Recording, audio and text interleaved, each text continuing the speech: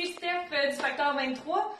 Donc aujourd'hui, samedi, pour votre training, je vous ai concocté quelque chose de nouveau encore avec des nouveaux poids et haltères maison. Donc pour le training d'aujourd'hui, vous allez avoir besoin de poids. Là, moi, j'ai trouvé ici du lave-glace. Si vous en avez 2 chez vous, c'est parfait.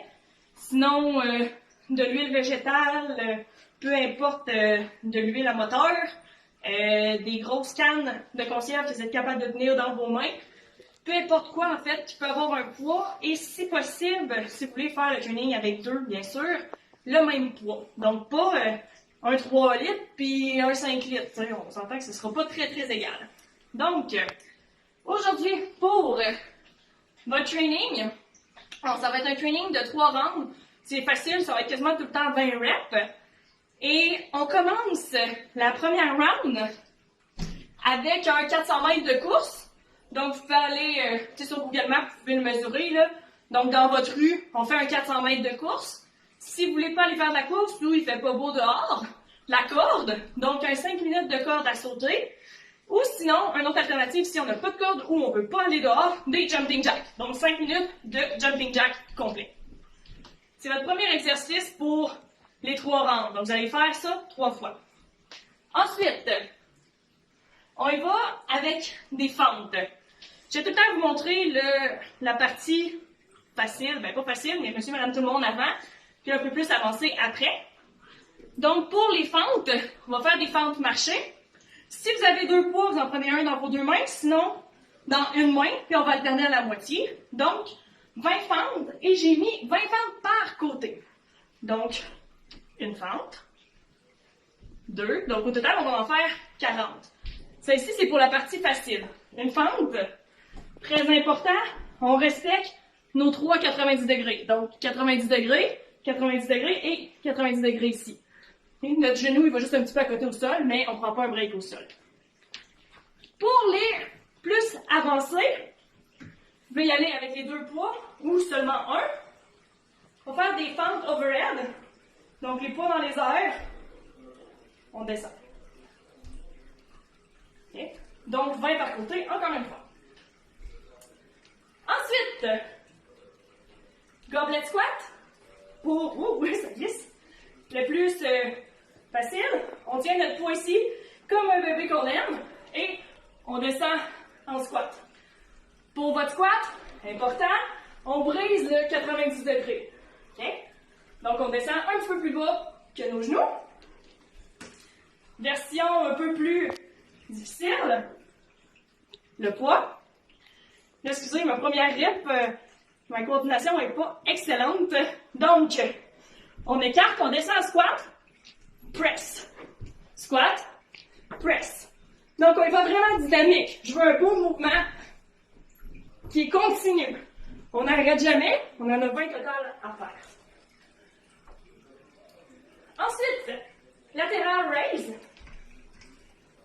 10 par côté. Là, il n'y a pas vraiment de facile ou difficile. Ça va aller avec le poids que vous allez avoir. Donc, on alterne. On lève sur le côté. 10 de chaque côté. Pour avoir une meilleure stabilité, on ancre les pieds au sol, on fléchit un petit peu les genoux et on monte. Important, toujours un beau dos droit. Okay? Pas de swing comme ça. Si vous swingez, c'est trop lourd. Okay? Donc on diminue, on va chercher une bouteille de shampoing, peu importe, mais on diminue le poids. Ensuite, on va faire un peu des snatchs. Faut pas perdre notre haltéro quand même. Donc, première version, ground to overhead seulement. Donc, je pars au sol et je monte jusqu'en overhead.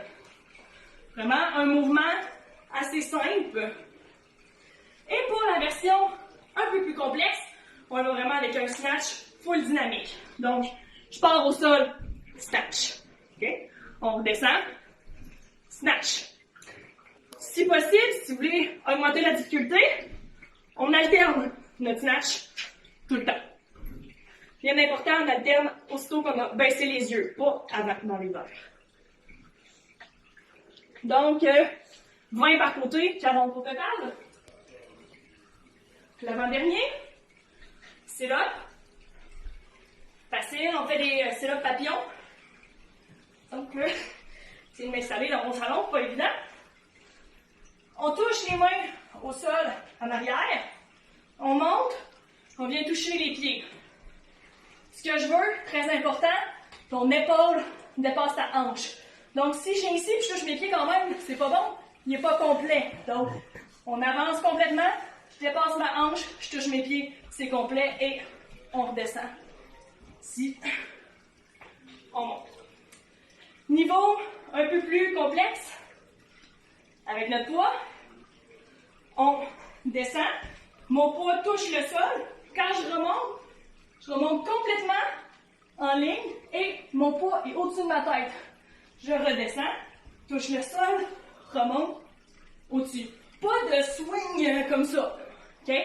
Vraiment, je veux que nos abdos soient contractés. On contracte et on lève avec nos abdos.